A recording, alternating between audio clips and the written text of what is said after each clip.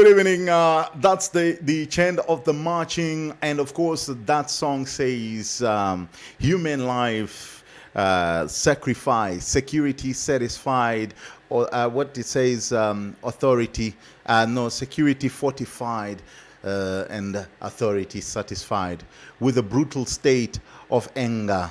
And that's, of course, the sounds of Sipho Hot Sticks Mabuse, remembering 1976, saluting 1976, where the day of an African child is derived from. It's the day that we, as the African children, get to come alive, we get to shine. So tonight we speak about the African child. We speak about that African child. Where to from here? Where to from here? The great. A child from a great continent, they say it's the cradle of humanity, is where it all starts. The richest continent on earth, yet poor at the same time. Where to, African child, where to? Of course, tonight we speak to JHK, John Hafeni Kamati, counselor, inspirational speaker, coach, as well as pastor.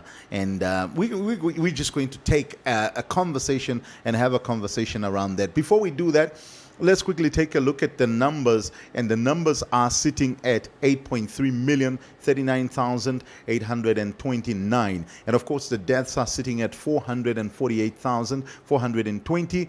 And then you're looking at the recovery sitting at 4.3 million, 63,316.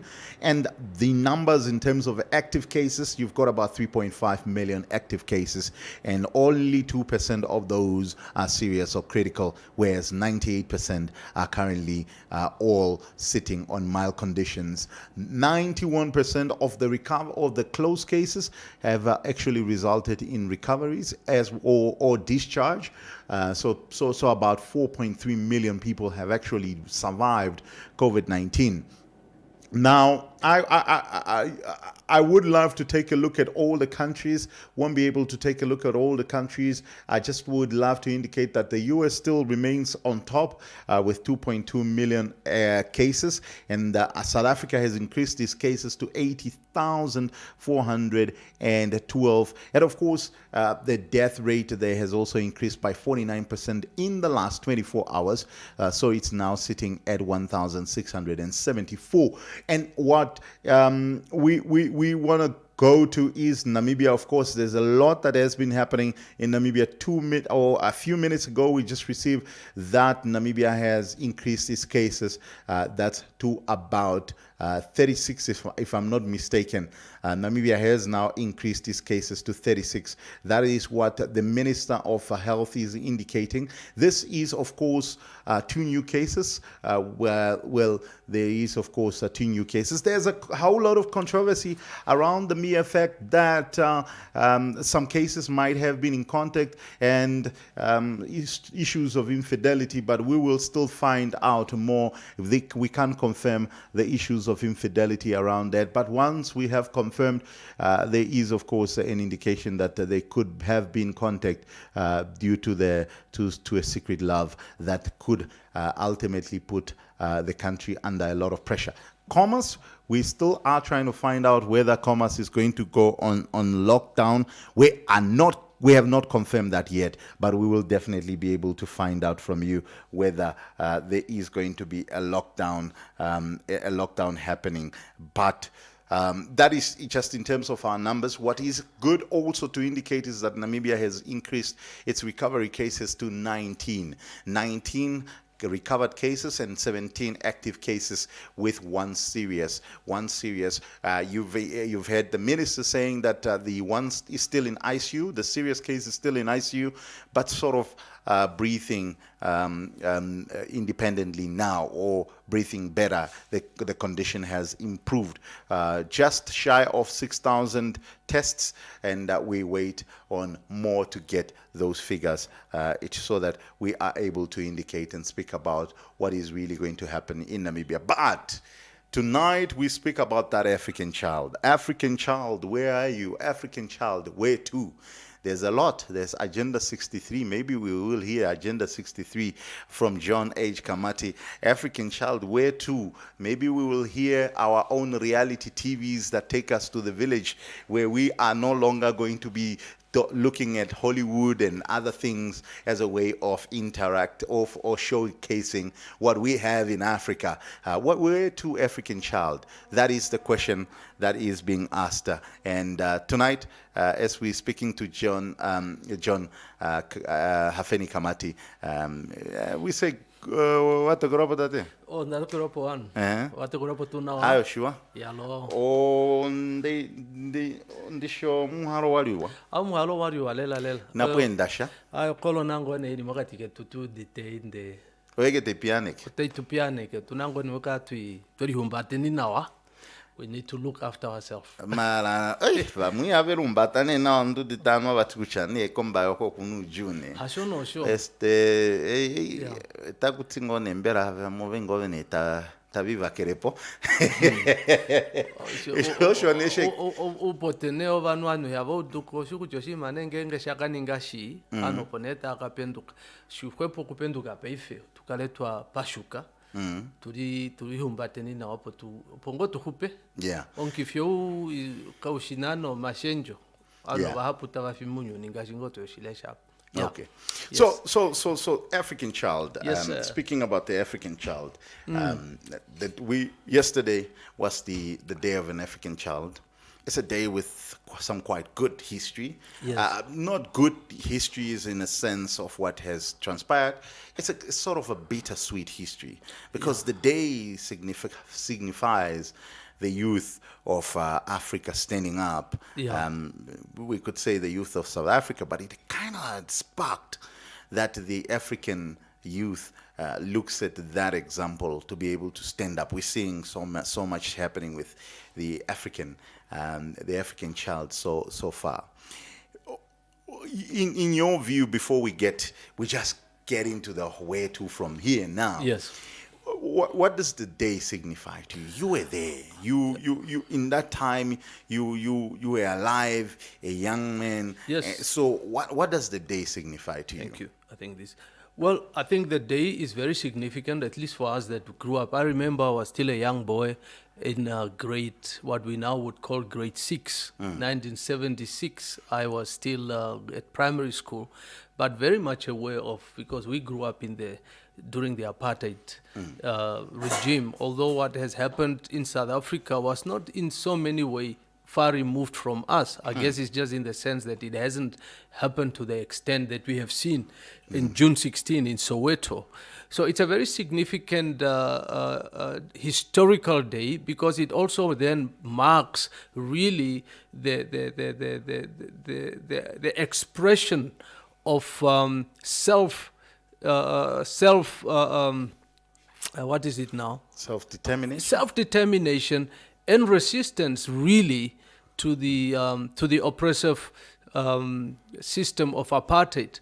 But I think also what is significant in itself, beyond just that, it also really became a point where the rights of the African child and the African youth, the African future, the potential that lies in this continent, also were highlighted. You know, young people. Hector Peterson, as you know, became the sort of the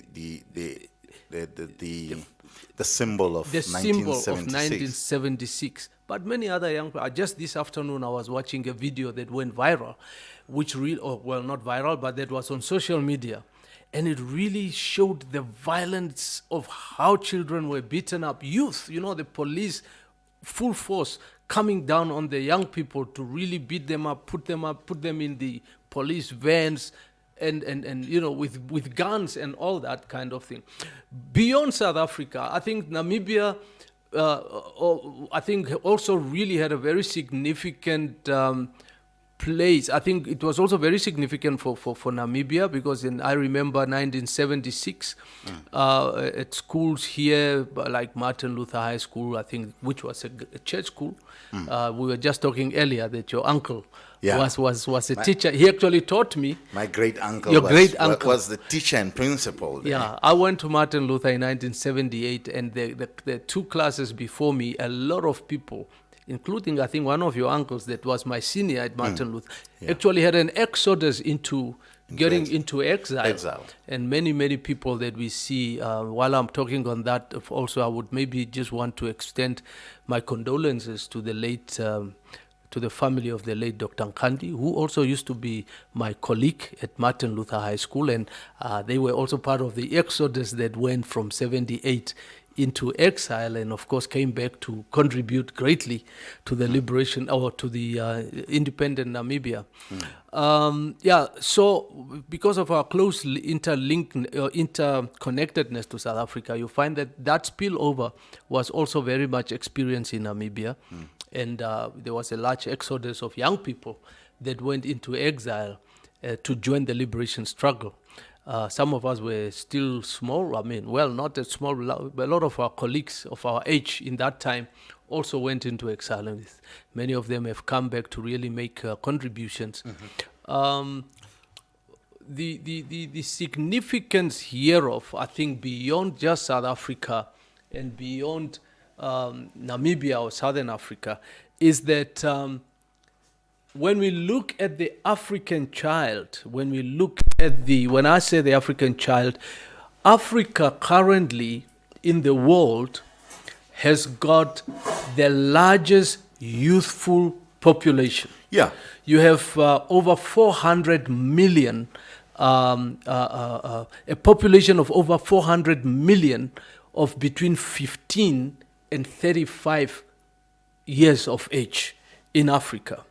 So Africa, therefore, has a serious and a great potential and a great resource of human capital in the youth that is in our continent. I must say that one of the things... So are we saying that the youth are the ones that are going to be driving the African agenda? It's not that they are the ones that are going to. They must be the ones that are going to drive the African agenda. You have more youth in this continent than you have in any other continent. Other nations now, European countries, and I see even Asia now, China is starting to introduce more children because population balance is being challenged because of birth control and so on, and low birth rates that they have had in other nations. But significantly, Africa is the richest continent in the world in terms of mineral resources and in terms of just the wealth that the world uses, uranium, gold, diamonds, the material that is used in the what do they call the batteries that you use in cell phone technology that you find only in the area of DRC. I think Burundi, there's Rwanda. There's cobalt as well. That the DRC carries. Exactly. So now Africa has got a lot of wealth, not only in mineral resources, even arable land, which unfortunately most of it is really underutilized. So it's a continent that has the potential to be the breadbasket of the world in terms of food, as well as in terms of it has always been the supplier to the world. Is the African youth really at the center stage of the world's decisions? Or is the African youth left out? Is this African child sitting on the bench while everybody else is playing? I think the unfortunate reality in Africa that we see, in my own humble opinion, is that for a continent with such a large potential or large population of youth, it's sad to say that most of our leaders in government, from presidents to ministers, are really of a generation that is from the old school. Many of them still that have come from the generation of the liberation of this nation, I'm talking from the 60s, you still have leaders that are above 70, going into their 80s, that are still leading nations in this continent, which for me really brings a disconnect. Even when you have youth ministers, they are already in their second half of life. That is for me very sad. And in many cases also really indicate that the youth, there are programs, we spoke about the Agenda 2063, the AU initiative. We have the Ministry of Youth in Sport and Youth, and so on in Namibia. But I think in general, we see that the youth are very much out of the center stage. They're on the bench. In terms of decision, in terms of power, in terms of access to authority, with the matters that really affect them. But do they also have access to resources? Because an African child today that would love to start a company, and that African child wants to grow that company, and that African child is saying, oh, I want to start a tech company and I want to build something here. Yeah. That African child then sits on the bench or ends up sitting with a situation of resources to be able to play with. You've got Silicon Valley, where there are venture capitalists that are sitting there and they are prepared to spend their money on the ideas of the American youth. Yeah. What is the African youth? Who do they run to? Who do they run to for this support? Whether it's financial or whether it's financial or just on a mentorship level.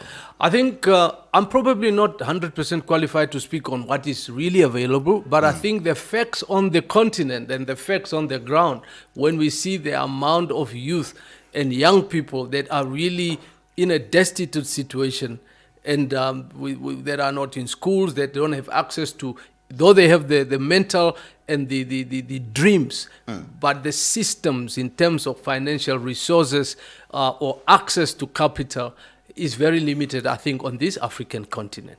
I would not want to disregard the fact that governments have taken initiatives, like we have the Ministry of Youth here, we have the National Youth, National Youth Service. There are some of these initiatives, which in my opinion are good, but also need to be reviewed to become much more relevant. When you talk of tech, National Youth Service is not providing that. Okay. When you talk, and I want us to come back to looking at the African youth and how the African youth is going to grow, and how this African youth is going to grow in tech, how the African youth is going to grow in finance, how the African youth is going to grow. But I want to first start off with this African youth. Is the African youth principled enough not to be swayed? Is the African youth ngashi awambo hati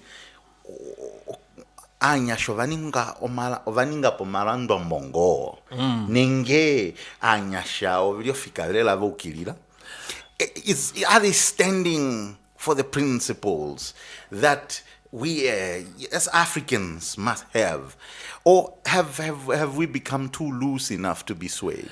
The reality on the ground is that with the whole concept of the global of the globalization and the global village, as things are becoming more merged, and also the sad reality of the fact that the African continent and the African people in most parts were deculturalized through the colonial intervention of our heritage. We find that there's a very big erosion of our identity and culture, to the extent that this especially last century and into this century, we see that there is a lot of erosion of those values that we would say are rooted in Ubuntu, or cultural values that are very much part of where we come from. I think that's a reality we need to recognize, that there is an erosion of values that can be very helpful in terms of discipline, in terms of outlook towards life and so on. But at the same time, modernization, the evolving of nations, has also opened up many other opportunities. The big problem that I have seen, or that I see, I do counseling, as you know. I'm a counselor. I do mentorship for young people, as well as executives and other people. Just in the community generally.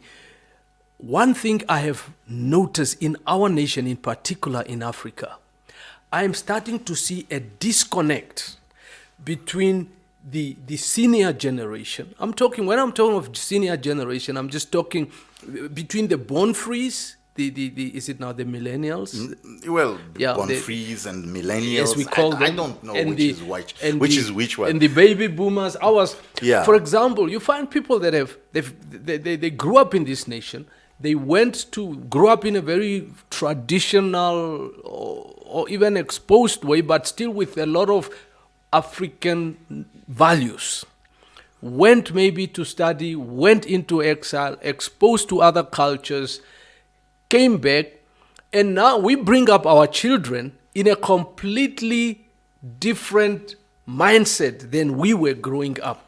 So then we find that there is this disconnect.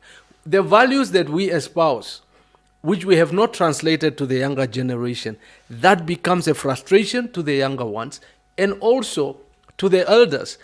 And I think that is something that we need to intentionally look at by way of introspecting and say, hey, let's regroup and start to really have an intentional approach as to how we do life and how we pass on the values to the next generation. I want to put in here an example of a nation that I think is doing very well in that context, managing modernization, managing this whole globalization, but also at the same time maintaining and consciously also instilling values that are very much what is the word I'm looking for? That are very much rooted in their culture. It is, despite their history, where they are coming from. I had a little bit of exposure to this nation, and in my opinion, I think Rwanda is doing well. Tech-wise, they are advancing. They are still maintaining their language, but they are very much aligned purposefully with development. That is because the government has an intentional program that is aimed at empowering the next generation through education, through creating true opportunities that give them access to resources and to finances. They've got what they call the Rwanda Development Corporation, which is doing very well. I think you can Google it and check it out. Very much well. You can check it up. But also, what I like about the Rwandan government is that they have an intentional, conscious plan to invest in the next generation.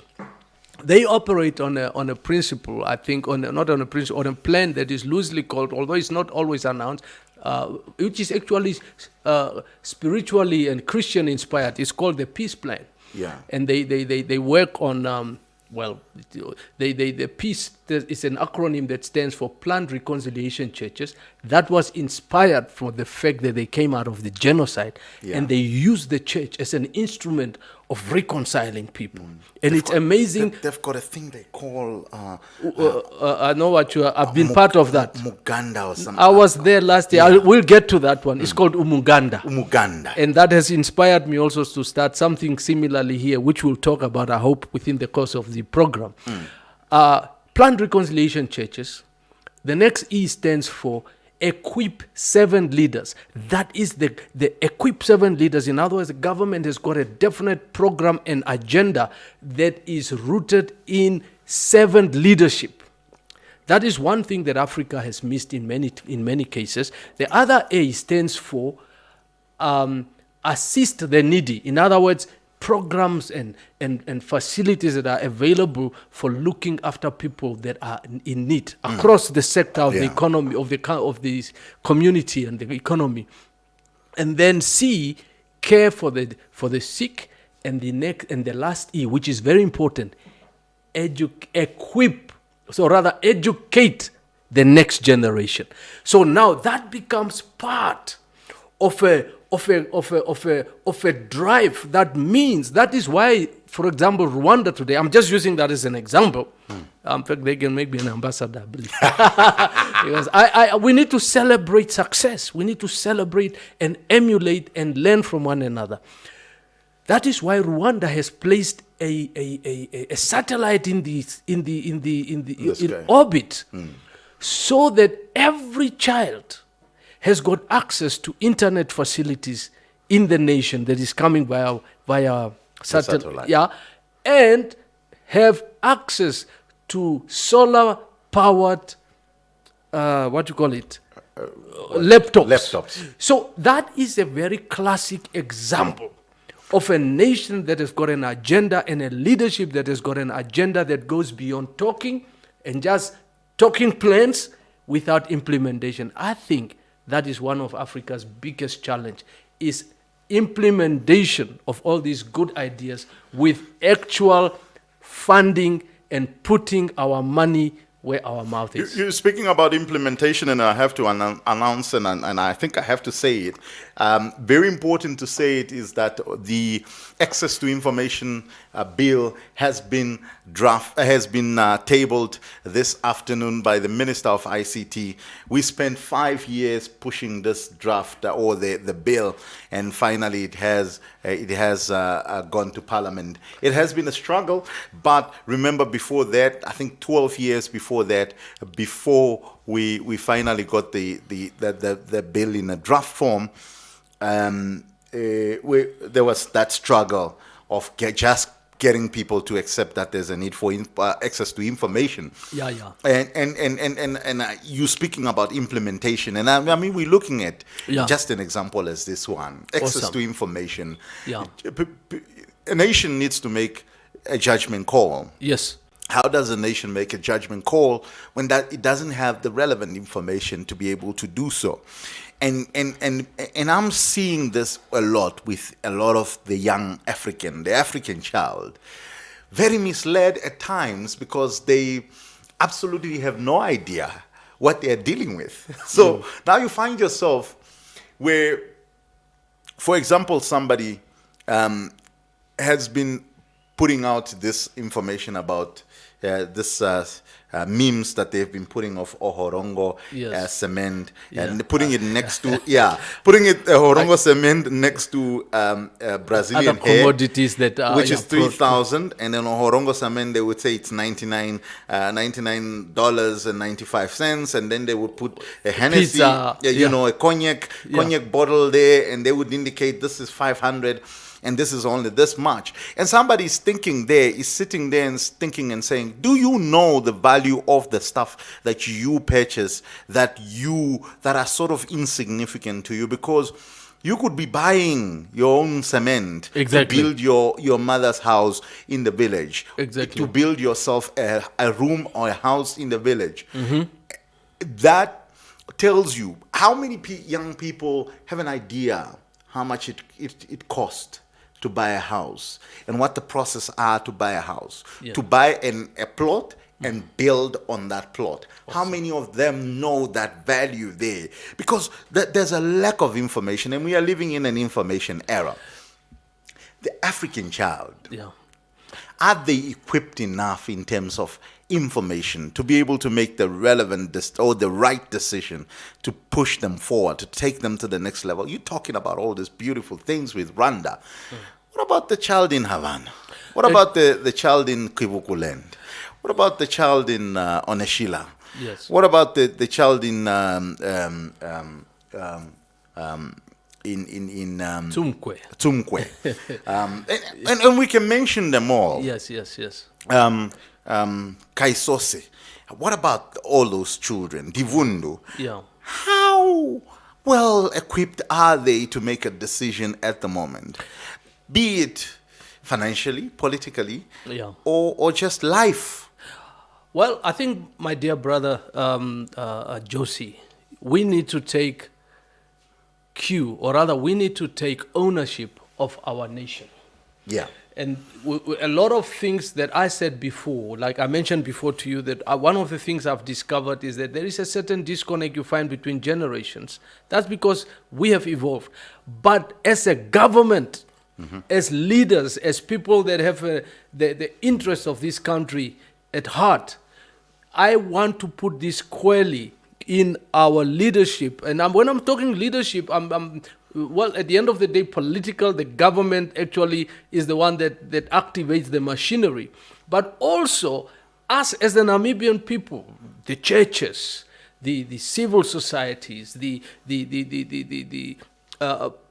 organizations that have got youth organizations, we need to also come on board. But information is really also linked to access to education. Yeah. The question that I would want to ask is really, in as much as we have all these good ideas and dreams, remember that every child is a potential. Every child, every youth has got so many great dreams, but without education, the ability to read, the ability to be equipped to navigate life, to be able to be tech savvy, or just to be able to understand how to use a cell phone beyond just making calls. I would say that education is key. And I want to put that also very much at the door of our government, that we need to invest more.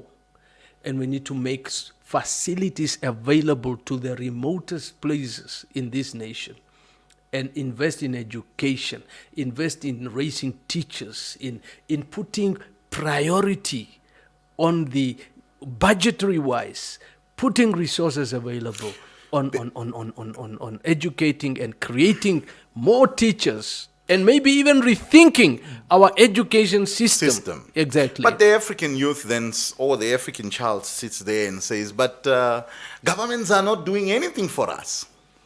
Governments are not putting us at the forefront. Governments are not mentoring us either. They're not giving us an opportunity to learn from the elders. Yeah. You've got the elders. A classic example, situation in Burundi at the moment. President that passes away. Young president died of COVID. May so rest in peace. You are sitting there and you are asking yourself, the situation as it stands, do they have the health capacity to deal with COVID-19 if it spreads further? And that's the question that ultimately comes in, and you would want to ask that question over and over again. And then the African youth says, had you given us an opportunity, we would have been the doctors that would have been able to take care of you now. Awesome. I think, all these things, I don't want to sound, I don't want to be negative in being, in just, what is the word? Criticizing. But I think I need to be honest enough to also acknowledge that we have missed it in so many ways, in terms of our priorities, of really, really investing in education and in specifically targeted skills that will enable our nation. I think we could have done better. We are doing, there's a lot of doctors being trained now all over in the world, but we have our medical school here and so on. But I am of the opinion that we could have invested a whole lot more in that sector. And actually in many other sectors. I worked in the airline for many years after independence. I've spent about 13 years in total in the airline industry. And I'm just diverting a little bit. I remember 1990 when we had our first inaugural flight to Harare, Zimbabwe, and we also had our inaugural flight to Lusaka. That's now Namib Air before it became Air Namibia. The one thing that really hit me in 1990 in Harare, we got to the airport, we had our function there as, for the inaugural flight. There were so many. In fact, I saw just Zimbabweans. The captains were Zimbabweans. Everybody was like, the Zimbabweans were running the airline. Very interesting. Just taking one little sector of the economy. Now here we are talking that maybe the government must stop bailing out Air Namibia. It's very sad to look at Namibia today still and look at how many pilots, how many aircraft engineers do we have. You can check it yourself. We still have a lot of people that we import to do some of these jobs for us. So we need to have now, we have now come, we have made mistakes, we have not perhaps set our priorities right from where we come from where we are now.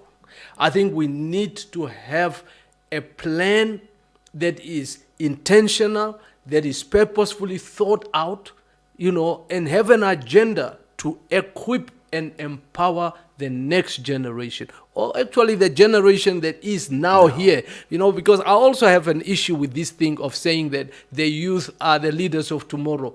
Leadership can be implemented right now, but it must be availed. It must be facilitated, and empowerment must be there within the system. We're seeing, I think there are about three young leaders at the moment that are sitting in Parliament. Deputy Minister of ICT, and then I think you've got one from, I think you've got two actually from PDM, and yes. I think one from LPM. Yes. So these are youth leaders that you are looking at that have sort of taken the space, and that you're looking at the debates that they're putting out there in Parliament. The way they are carrying themselves also shows that young people can actually do it. They can actually do it. Of course. Where to from here for the African child? Where does the African child go from here? I think number one, beyond. Let's look at this thing this way. We have to recognize that governments have a responsibility, because that is where the money of the nation is generated from. Look at other nations, China, look at Korea, look at South Korea, Singapore. You can look at Finland right now, which also doesn't have much resources but has invested in their education system and have got the youngest and I think parliamentarians or leaders ministers in government, and also females. Those things were implemented with an intention, with a plan, and with a vision. We need to look beyond the politics of being stuck with liberation. We need to move beyond just celebrating liberation all the time. We talk about economic independence. It's not a struggle, and I think we need to move away from that mindset and take ownership now of the resources we have. We have the resources. We can plan who we sell it to. We don't have to be at the whims of, because we have the bargaining power rather than just always being at the receiving end or at the begging end. So that requires a transformation and a revolutionary leadership, which I think necessitate really that young people, but dynamic, visionary young leaders comes in. But also another thing we need to do is we need to also network and align beyond just Namibia. We need to start to think broader as blocks, and we need to start to think broader as a continent, and really also recognize that indeed the world is global, but we need to align with like-minded and learn and cross-pollinate one another. But I believe there is a definite need for young leadership to come in, but also the unfortunate thing that I'm seeing even in our setting, given what has happened not so long ago in our own parliament, dynamic young people coming in, very eloquent, but definitely lacking what I would call in the church discipleship. Being disciplined in the ways that we want to go to. Again, I'm a big fan of Rwanda. The leadership, the oldest people in leadership, I think the president himself is one of the oldest, but he has placed under him a lot of youthful leaders, but they have also invested in these leaders via education, have been groomed worked in, have been exposed to international institutions. I just want to take a little example. For example, I checked, the lady that is running, I'm not sure that she's still in charge there, but there's a lady that is in charge of the Rwanda Development Corporation. I think, is it RDC? Rwanda Development Corporation, I think. Or is 39. I think she's only 40 now. Yeah. But her track record, you can check it on LinkedIn or wherever, for the last 15 or so years, she has been in the system, being groomed. So now when they implement their policies and when they implement strategies, or plans, you have people that have grown up in the system without so much being caught up in the politics of the ambitious side of politics and so on. I think we need to definitely realize that transition is necessary. But there's an argument that says that African youth are somewhat moving back to where we lost the land, where Africa lost the land. African youth? African young people have seemed not to care about politics. They seem not to be interested in politics, up to a level where that if we start talking about sex, they will all flock and come and listen. But when we start talking about things of developing the African youth, then they all sit back and say, demons is boring. These people are boring. I think some of those things are a manifestation of the social construction as we have evolved. Remember when I was saying earlier that we have a generation of leaders that are way in their senior years. And I must say it, and I think we need to recognize that we have failed the younger generation because the previous generation has the responsibility of transferring knowledge, creating opportunities, and facilitating for the upcoming generation so that there can be a transition. We are talking of Agenda 2063. Yeah. All the leaders, including myself, I mean, I'm almost 60. By the time that 63 comes, most of us will have been gone. And yet these agendas are being set for a generation that is so way advanced in terms of just what they are exposed to by technology. Maybe not all of the youth, but that's the disconnect I'm saying. So there must be a definite, conscious, purposeful engagement and engaging of young people. Maybe it's even time we start to think beyond political parties, beyond political lines, and really start to realize that those things are actually not necessarily anymore truly important as important, because what is important today is land, is bread and butter issues, is education. All of us, we need it. So I think there is a need for a shift, that we must start to look beyond that. And that, again, let me go back to Rwanda. I was there in February, and I was amazed to find that the number 2, who is the president of the Senate, is actually from the opposition party. But the president set him as the number 2. I said, how awesome can this be? I like what our president has done now with the inclusion of the deputy minister of health, who's also coming from a small opposition party or smaller party. I love that.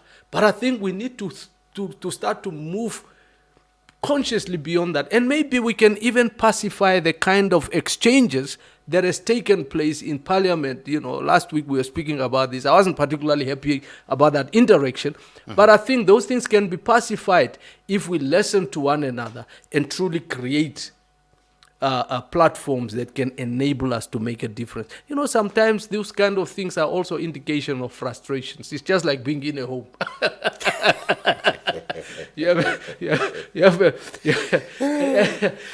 So, and now we are saying, young people, the African youth, is not. You were just saying Not they paying might. They are not they're paying not interested attention. in politics. They're not interested in development issues.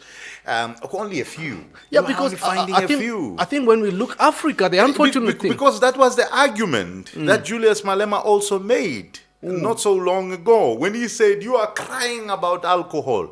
You Yeah. are crying about alcohol. Yeah. You people were begging for money to buy food when lockdown was happening. Exactly. When alcohol opens, you are the ones that are standing in the queue. Man, And you are buying alcohol. And this was the argument that Julius Malema had. This is what has happened to the African youth. Is it- We are now celebrating the reopening of alcohol outlets. Let me put it. And that's the youth that we are talking No, about. we cannot blame the youth for access to alcohol. Who gives the licenses for shebeens? Who gives the licenses for gambling houses?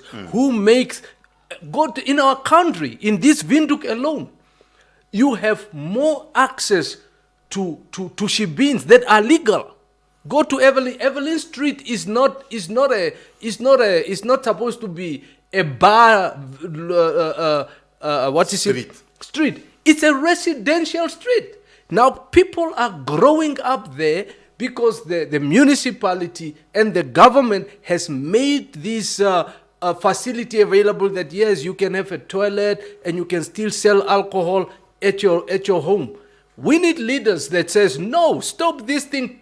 Change it, create platforms and avenues that will teach and empower people to do business that is enriching and adding value to the community. The alcohol business, which is really where our community, especially the black community, given the historical dynamics, everybody or the majority of the people think that the only entry point into business, you need to have a what we say a kabashu now, or you need to have a shebeen, or at least sell alcohol. What does that say of the fabric of the society? It means that young people are more exposed to alcohol. It's not building them up. They fall out of school. I do a lot of motivation and stuff in schools. The greatest problems that the teachers have is drug addiction now, even among girls. It is the kids are taking drugs even at school. They're smoking and they're taking alcohol and teenage pregnancies. But maybe we've normalized it. That's what I'm saying. We need to take ownership. We cannot say that we can, I say that when we talk about this COVID thing, we are now challenged with denormalizing the normal and normalizing the abnormal. And we call it the new normal. Let us set the agenda for what is normal. Okay, let us go set the agenda for what is normal, and we're also indicating that if you want to be a part of the conversation, I think we've got a couple of more minutes. You can be part of the conversation. 0812850859, 0812850859. You can, of course, interact with us right here on Inspire to Grow. We are inspiring to grow, and I think that was that's the last thought there from JHK. Apparently, the new normal. Denormalizing the norm. What we had known as normal is being denormalized. Yeah. And we are now normalizing the abnormal, going around with masks. Social distance. Well, that's becoming the new normal. But it should also give us the opportunity to introspect. It has somewhat, some are saying that has literally decreased the influenza. Flu season has started. There seems to be less flu cases that are coming out because of the fact many people are taking care of themselves, washing their hands, they're wearing masks, they're sort of keeping warm. All of those things are coming out. And people are saying it's because of that. Because of COVID, we are also now taking care of the other sicknesses. You speak something that is such a contradiction and a paradoxical, I think, expression in itself, if that's the right way to say it. Maybe this is one reason we can say thank you to COVID. Yeah. But social behavior that is self-preserving is not something that should be imposed to us by COVID. Yeah. Those values are learned in school, they are learned at home, they are enforced by the law even. You know, that, and that's what I'm saying. We need to get back to a purposeful agenda that really creates a society that is responsible. I also here need to say that church has a large part to play in terms of creating values, in terms of enforcing values. The Christian faith has got all these ethics about work, about honor, about discipline, and about being spiritually connected to your maker. Churches have a large role to play there, and I think everybody, I like to have this proposition that we cannot live in isolation and in silos. That the three institutions that are very much engaged with the entire population is your government, is business, and is church. And there is a platform that we can work together. That's a conversation for another day. Is the African youth or the African child disciplined? We are not in all aspects. I think disciplined enough to be able to wake up on time, disciplined enough to be able to commit, disciplined enough to be able to respect, or having that discipline to be able to have the respect for the elders. Is the African child still disciplined, or have the discipline gone out the window? I think we see a lot of, especially in Southern Africa, I'm talking of Namibia, I'm talking of maybe South Africa, where we see a lot of these weird things that happens, baby dumping, a lot of drug abuse, suicides, and very weird behaviors that we see as a result of the deconstruction, really, of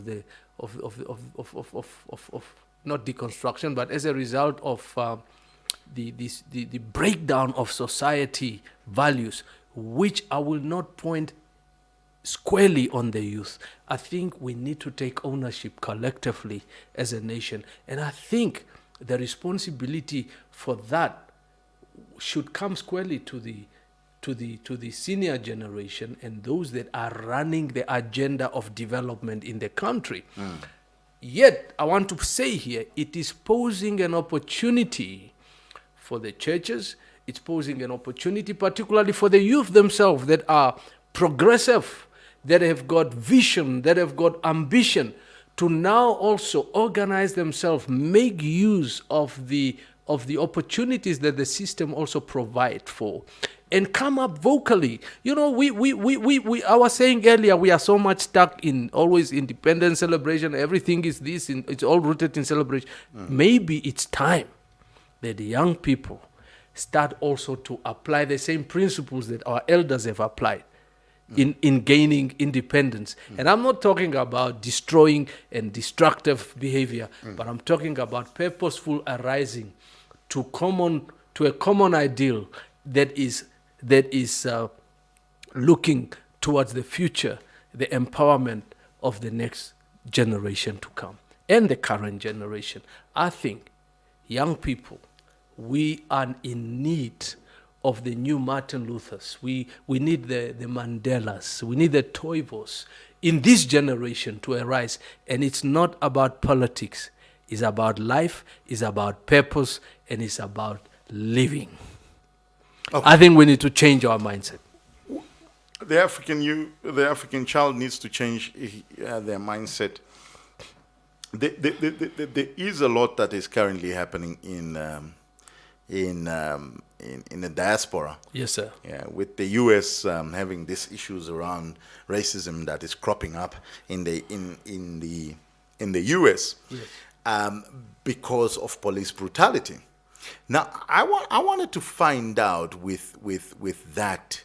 And then saying and looking at the situation because of the targeting of what many would call as the African American. Mm-hmm.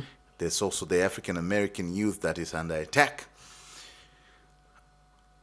I was watching a video of Kanye West, and Kanye West has gotten a lot of flack about the fact that about some of the things that he says, and I kind of like. I'm also one of those rebellious thinkers in a sense that I don't conform to this thinking that just because everybody's going that way, I must just follow. That's what I'm saying. I can't just follow. Yeah. Now, Kanye West is talking about the fact that,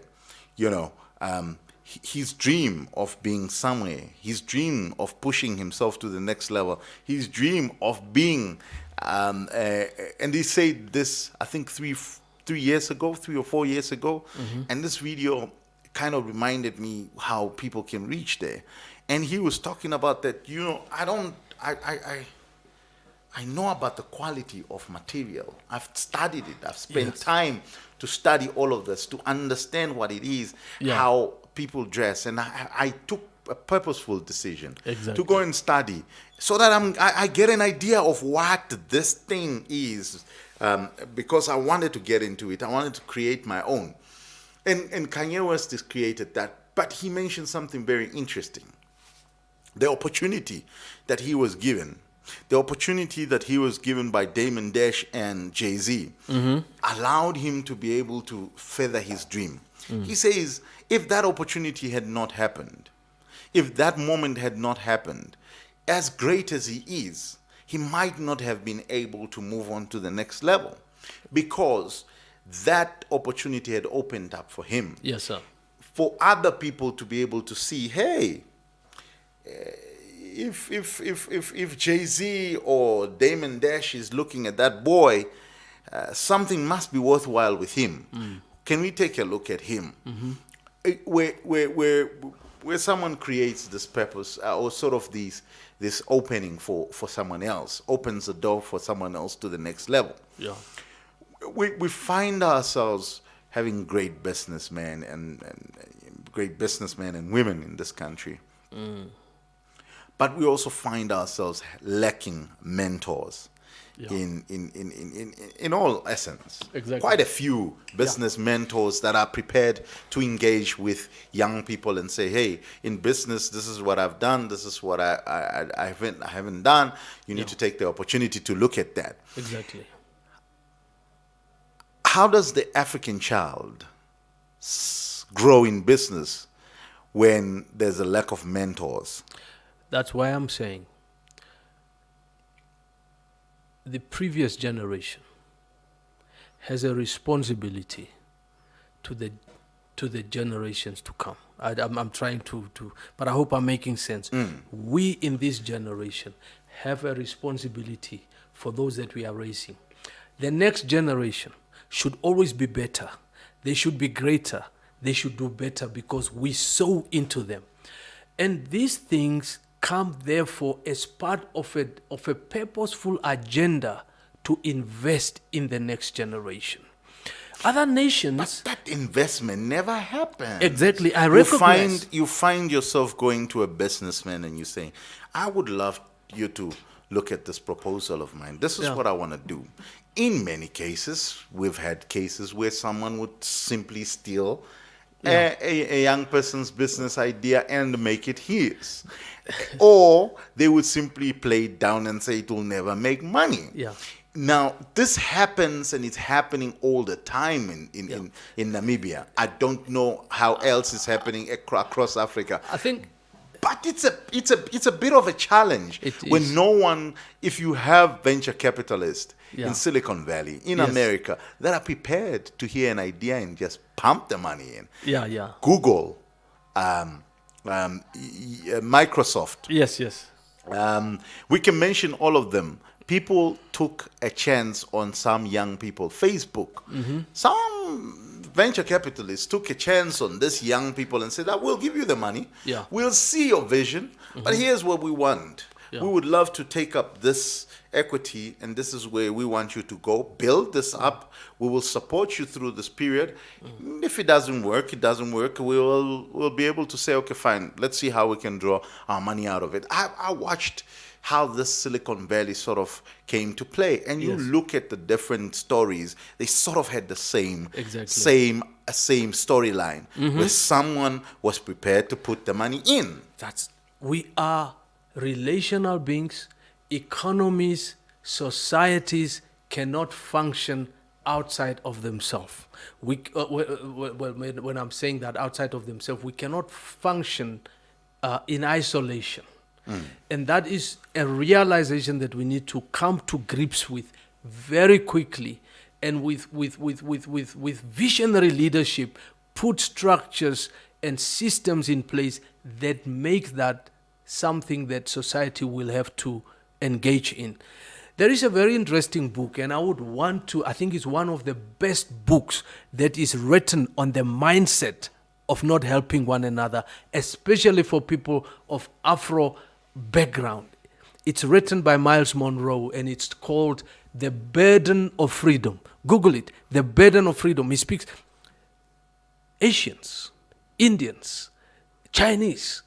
They will come in a place, they can stay in the room, 50 of them, and build each other. You look at how Chinatown has emerged in Namibia. 10, 15 years ago, we never had something like that. And you look how these people have come. One of the richest person I understand in Namibia now, going to a billionaire status, I think is one of the property developers that has come in from China as a young lady. Estina. I don't know, but yeah, probably. But what I'm saying is, we have a consumer mindset.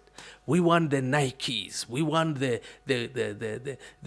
somebody was just saying to me today that it seems that so many people came in and made some good money with these masks and sanitizers, and apparently people are buying Range Rovers. I don't know whether that is true.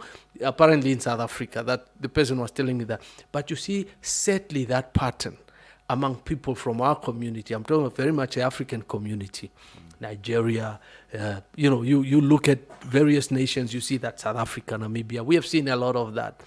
And there is a need for a mindset shift. There is a need for new leadership to emerge, visionary leadership that have got a specific agenda to reverse where we have found ourselves. I am not always of the opinion to do a blame shift, because we always have the privilege to take ownership of our life. But I think we need to also take cognizance of the fact that our history has been so much interrupted and violated that in many ways we find ourselves lagging behind, just in terms of where we are at in advancement, economically and so on, that the mindset in Silicon Valley is maybe a little bit far removed from where we are now. It's